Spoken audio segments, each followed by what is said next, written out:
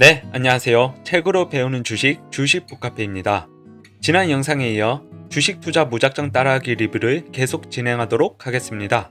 지난 영상을 시청하지 못하신 분들께서는 우측 상단의 링크를 클릭하셔서 1편 먼저 보시는 것을 추천드리겠습니다. 이번 영상에서는 저평가 종목을 고르는 4가지 방법인 ROE, EPS와 PER, EV/EBITDA, 그리고 PBR에 대해 알아보도록 하겠습니다.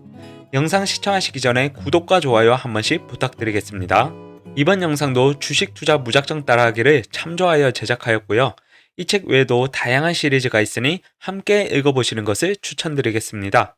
기업의 가치는 크게 수익 가치, 자산 가치, 성장 가치 이렇게 3가지 가치로 구성되는데 이 중에서도 수익 가치가 가장 큰 비중을 차지합니다. 기업은 이익을 창출하기 위해 만들어진 조직체이기 때문입니다. 따라서 기업의 가치는 계속해서 이익을 얼마나 낼 수 있는가, 즉 현금 창출 능력에 있다고 할 수 있습니다. 증권사의 HTS나 MTS는 기업의 가치를 비교 평가해 볼 수 있도록 다양한 투자 지표들을 제공해 주는데요. 이 책에서는 기업의 가치를 확인하는데 가장 유용한 4가지 투자 지표를 제시해 줍니다.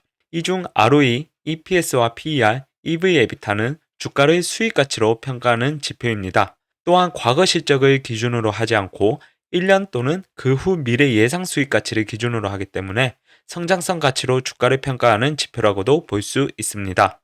PBR은 주가를 자산 가치로 평가하는 지표입니다. 이 4종류의 지표만 확실하게 알아두어도 저평가 종목을 찾는 데 많은 도움이 되실 겁니다. 먼저 저평가주 고르는 4가지 기준 중에서 첫 번째 기준인 자기 자본이익률 ROE에 대해 알아보도록 하겠습니다. 기업은 조달한 자금을 자산에 투자하고 경영자는 자산을 활용해 제품이나 서비스를 생산 판매하여 이익을 만들어냅니다. 따라서 기업의 이익을 낼 수 있는 힘을 보통 총 자산 수익률 ROA로 나타냅니다. ROA는 기업 수익률이라고도 하며 계산 방법은 총 자산 대비 이익을 백분율로 나타낸 값입니다. 하지만 기업의 자산은 부채와 자본으로 나눌 수 있으며 총 자산 수익률에는 부채와 자본이 모두 포함되어 있습니다. 주주 입장에서는 부채를 포함한 ROA보다 자기 자본으로 얼마나 수익을 내고 있는가를 알아보는 것이 더욱 중요합니다. 이때 필요한 것이 자기 자본이익률 ROE입니다. 자기 자본이익률 ROE는 내가 투자한 돈으로 회사가 돈을 얼마나 벌고 있는지를 나타내는 지표로서 단기 순이익을 평균 자기 자본으로 나누어 구합니다. ROE가 높은 기업에 투자하면 은행에 예금하는 것보다 유리할 수 있는데요.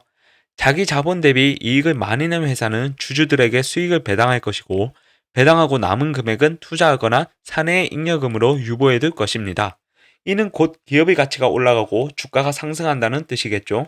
또한 ROE가 높은 기업에 투자할 경우 고점에 매수하는 실수를 하더라도 장기로 투자하면 매수 단가 위로 상승할 확률이 높습니다. 따라서 투자 대상 종목을 선택할 때는 첫 번째로 ROE를 먼저 체크해보고 다음과 같이 이해하시면 되겠습니다. 우선 ROE가 타사에 비해 높다는 것은 기업의 가치가 타사에 비해 높다고 생각하시면 됩니다. 둘째로 향후 ROE가 높아진다는 것은 기업의 가치가 올라갈 것이고 주가도 상승할 것입니다. 마지막으로 향후 ROE가 낮아진다는 것은 기업의 가치가 떨어질 것이고 주가도 하락 또는 횡보할 가능성이 높다고 이해하시면 되겠습니다. 종목 선정은 ROE를 체크하는 것으로부터 시작해야 한다는 점을 잊지 마시기 바랍니다. 자기 자본에 비해서 이익을 많이 내면 낼수록 이익을 창출할 수 있는 힘이 강하기 때문입니다. 마지막으로 ROE를 볼 때 주의할 점은 다음과 같습니다. 첫째는 반드시 영업 외수익 또는 손실이 있는지 감사보고서를 꼭 확인해 보셔야 합니다. 만약 부동산 처분익, 환차익이나 환차손 등과 같이 일회성 영업 외손익이 있다면 이것을 제외하고 순수 영업이익만을 기준으로 보아야 합니다. 영업 외손익은 당해 연도에만 발생한 것이기 때문에 지속 가능한 이익이나 손실로 볼 수 없겠죠. 둘째는 과거 수치도 참고해야 하지만 미래 수치에 더 비중을 두어야 한다는 점입니다.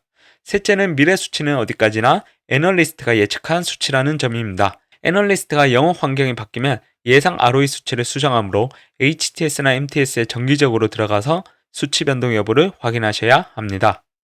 마지막으로 ROE가 아무리 높아도 주가가 너무 많이 올라 고평가되었다면 유망 투자 대상이 아닙니다.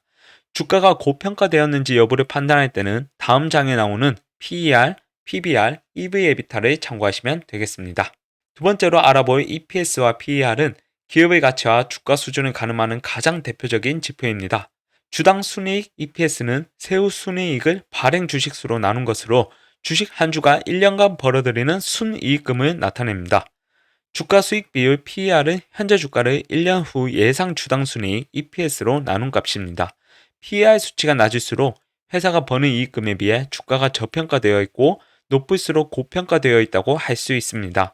PER을 계산하는 수식을 보면 주가가 분자이고 한 주당 순이익이 분모입니다. 따라서 예상 EPS가 그대로인데 주가가 상승하면 PER은 높아지고 예상 EPS가 그대로인데 주가가 하락하면 PER은 낮아집니다. 바꾸어 말하면 주가가 변함없는데 예상 EPS가 증가하면 PER은 낮아지고 반대로 예상 EPS가 감소하면 PER은 높아진다는 뜻입니다. 그런데 여기서 의문점이 하나 생기실 겁니다. 상장 기업 중에는 PER 수준이 항상 높은 종목이 있는가 하면 항상 낮은 수준에 머물고 있는 종목도 있습니다. 예를 들어 유전자나 줄기세포를 이용한 난치병 치료제를 연구 개발하는 기업 또는 각종 암 치료제 등 신약을 연구 개발하는 기업의 경우 PER이 높은 경향이 있는데 이는 개발에 성공할 확률이 낮은 반면 투자자들의 기대 수익은 높기 때문입니다. 개발에 성공하면 대박을 터뜨릴 수 있기 때문이죠. 기술주, 벤처기업 등 고성장이 예상되는 기업도 마찬가지입니다. 하지만 PER이 높은 종목은 기대 수익이 높은 반면 손실 위험 또한 높다는 점을 아셔야 합니다. 반면에 우량 대기업의 경우 PER이 낮게 형성되는 경향이 있는데요. 기업이 성장기를 넘어 성숙기에 접어들면 기업 규모가 커져서 중소기업일 때보다 성장성이 조금씩 낮아지는 경향이 있기 때문이죠. 이들 기업은 안정성이 높은 대신 상대적으로 성장성에 대한 투자자들의 기대치가 낮기 때문에 PER이 낮습니다. 그러므로 산업이나 기업의 특성을 고려하지 않고 일률적으로 PER이 낮다는 이유만으로 유리하다고 판단하는 것은 무리가 있습니다. 바꾸어 말하면 PER을 볼 때는 시대의 흐름을 읽고 업계와 해당 기업의 전망에 대한 지식과 이해가 필요합니다. 다음으로 예상 EPS를 이항하여 예상 PER과 곱하게 되면 기업의 적정 주가를 계산해 보실 수가 있는데요. 주가가 싼지 비싼지를 가늠해 볼 때는 해당 수식으로 적정 주가를 산출해 보시면 됩니다. 예상 EPS는 증권사 HTS나 MTS, 네이버 또는 다음증권창 등 여러 증권 사이트에서 주요 기업의 향후 1, 2년치의 예상 EPS를 쉽게 구할 수가 있습니다. 또한 예상 PER은 시장 평균 PER이나 동일 업종의 평균 PER, 같은 업종 내 대표 기업의 PER 등을 참조하실 수 있는데요. 예를 들어 전자업종인 경우에는 전자업종의 평균 PER이라든지 전자업종 대표 기업인 삼성전자의 PER을 참고하실 수 있습니다. 자, 그러면 A사의 적정 주가를 한번 산출해 볼 건데요. A 회사의 이번 결산기 예상 EPS가 2,500원이고 동일 업종 평균 PER이 12배라면 A 회사의 적정 주가는 3만원이라는 계산이 나옵니다. 만약 현재 주가가 2만원이라면 적정 주가보다 만원이나 저평가되어 있는 것이고 현재 주가가 4만원이라면 만원이나 비싸게 거래되는 것입니다. 예상 PER을 시장 평균 PER, 동일 업종의 평균 PER, 같은 업종 내 대표 기업의 PER 등 다르게 적용할 때마다 적정 주가가 달라지기 때문에 어떤 기준으로 무슨 PER을 적용할지는 투자자 개인이 판단하여 적절하게 잘 적용하셔야 되겠습니다. 다음으로는 EPS를 보는 요령인데요. EPS를 볼 때는 우선 1년 후 예상 EPS를 기준으로 판단하는 것이 좋습니다. 과거 실적에 의한 EPS는 이미 주가에 어느 정도 반영되어 있고 2년 후 예상 EPS는 1년 후 EPS보다 변수가 많은 데다 불확실한 예측치이기 때문입니다. 두 번째로는 전년 대비 증감률이 중요합니다. 예상 EPS 증가율이 높을수록 그에 비례해서 주가 상승률도 높아지기 때문입니다. 마지막으로 특별손익이 있을 때는 이것을 제외하고 보셔야 합니다. 특별이익이나 특별손실은 정상적인 경영에 의한 결과라고 볼 수 없으며 특별한 사유가 발생한 당해 연도에만 해당되기 때문입니다. 참고로 증권사 HTS나 MTS에 나온 투자지표는 특별손익이 포함된 수치이므로 해당 회사의 재무제표를 직접 확인하시는 것이 좋습니다. 또한 이러한 특별손익을 제외한 수치를 보시려면 뒤에서 알아보실 EV/EBITDA를 활용하시면 되겠습니다. 다음으로 PER을 보는 요령입니다. PER이 높다 낮다 판단은 1년 후 예상 실적에 의한 예상 PER을 기준으로 합니다. 지난 실적에 의한 PER은 모든 투자자가 이미 알고 있기 때문에 현재 주가에 선반영되어 있다고 보시면 되겠습니다. 그리고 2, 3년 후 예상 실적도 알 수만 있다면 참고가 되겠습니다. 또한 동일 업종을 평균치와 비교해보고 같은 업종 내 대표 기업과도 비교해봅니다. 예를 들어 전자업종의 평균 PER이 15이고 전자업종의 대표 기업인 삼성전자의 PER이 10이라고 가정해 보겠습니다. 이 경우 전자업종 A사의 PER이 7이고 전자업종 B사의 PER이 20이라면 A사는 저평가되어 있고 B사는 상대적으로 고평가되어 있다고 판단하실 수 있습니다. 당연히 저평가 기업인 A사가 B사보다 주가가 상승할 가능성이 높고 하락할 위험은 낮다고 볼 수 있습니다. 추세를 확인해 보는 것도 중요합니다. PER 수치가 추세적으로 낮아지는 종목은 좋은 투자 대상이 될 수 있는데요.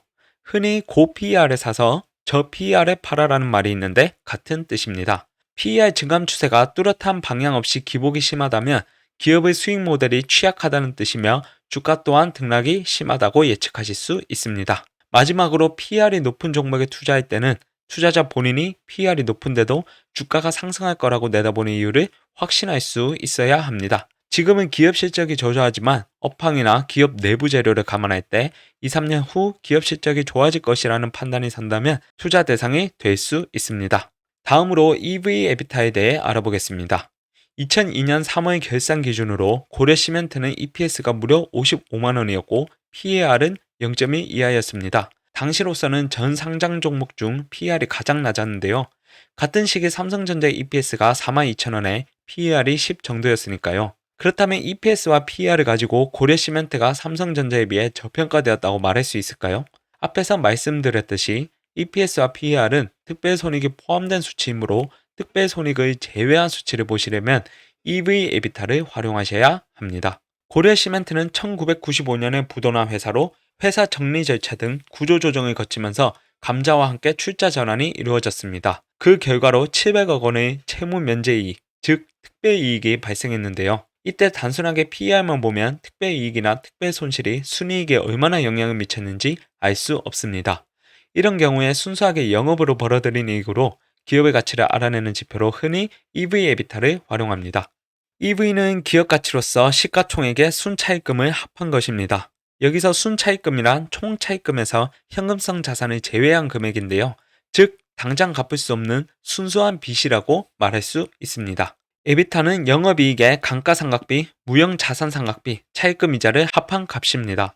여기서 감가상각비란 시간이 지남에 따라 공장이나 기계 설비와 같은 고정자산의 감가액을 말하는데 회계상으로 이를 반영해 일정 기간에 따라 일정 비율로 자산의 가치를 깎습니다. 하지만 기계가 오래된 것일 뿐 돈이 따로 드는 것이 아니기 때문에 비용으로 처리되지만 실제 현금 유출입에는 변동이 없습니다. 그리고 산업재산권, 저작권 같은 무형자산의 상각비도 비슷한 개념으로 이해하시면 되겠습니다. 따라서 에비타는 세전 영업이익에 이러한 비현금성 비용을 합한 것으로 세전 기준 영업 현금 흐름을 나타냅니다. EV 에비타는 EV 나누기 에비타로 구할 수 있고 이를 달리 표현하면 어떤 기업이 순수하게 영업 활동으로 지금과 같이 돈을 벌 경우 투자한 금액만큼 버는데 몇 년이 걸리는지를 나타낸 것이라고 할 수 있습니다. PER과 마찬가지로 그 기간이 짧을수록 즉 숫자가 작을수록 저평가되어 있다고 보시면 되겠습니다. 이러한 복잡한 식들을 일일이 계산하실 필요는 없고 개념만 확실하게 이해해 두시면 됩니다. HTS나 MTS에 가시면 ROE, EPS, PER, EV 에비타 등의 지표들을 쉽게 찾아보실 수 있기 때문이죠. 마지막으로 주가 순자산 비율 PBR에 대해서 알아보도록 하겠습니다. PBR은 주가를 한 주당 자산 가치로 나누었을 때 몇 배나 되는지를 나타내는 것으로 기업의 청산가치, 즉 장부상의 가치와 시장 가치를 비교하는 방법으로 사용됩니다. PER이 기업의 수익성만으로 주가를 판단하는 척도라면 PBR은 기업의 재무 내용과 비교해서 주가를 판단하는 척도라고 할 수 있습니다. 즉 재무 내용에 비해 주가가 어느 정도 수준에 있는지를 표시합니다. 따라서 PBR이 높다는 것은 재무 내용에 비해 주가가 높다는 것이고 PBR이 낮다는 것은 재무 상태에 비해 주가가 상대적으로 낮다는 뜻입니다. PBR은 흔히 청산가치로 표현하는데 PBR이 1이면 주가와 기업의 청산가치가 같다는 뜻이고 1 이하이면 주가가 청산가치에도 못 미칠 만큼 낮다는 뜻입니다. 따라서 PBR이 낮을수록 주가가 저평가되어 있다고 볼 수 있습니다. PBR은 주가가 상승할 때보다 하락할 때, 즉 최악의 경우 어느 선까지 하락해야 바닥인지를 가늠해 볼 때 유용도가 더욱 높다고 볼 수 있습니다. 네, 지금까지 ROE, EPS와 PER, EV 에비타, PBR에 대해서 알아보았는데요. 이 모든 지표를 직접 계산하실 필요는 없습니다. HTS나 MTS에 가면 친절하게 모두 나와 있기 때문이죠. 저희는 그냥 이런 수치들의 원리를 이해하고 상황에 맞게 참고만 하시면 됩니다. 네, 오늘은 여기까지 하고요. 오늘도 귀중한 시간 내주셔서 정말 감사드립니다. 구독과 좋아요는 제게 큰 힘이 되며 여러분의 경제적 자유를 위한 그날까지 열심히 독서하여 더욱더 알찬 정보 준비하도록 하겠습니다. 시청해주셔서 감사합니다.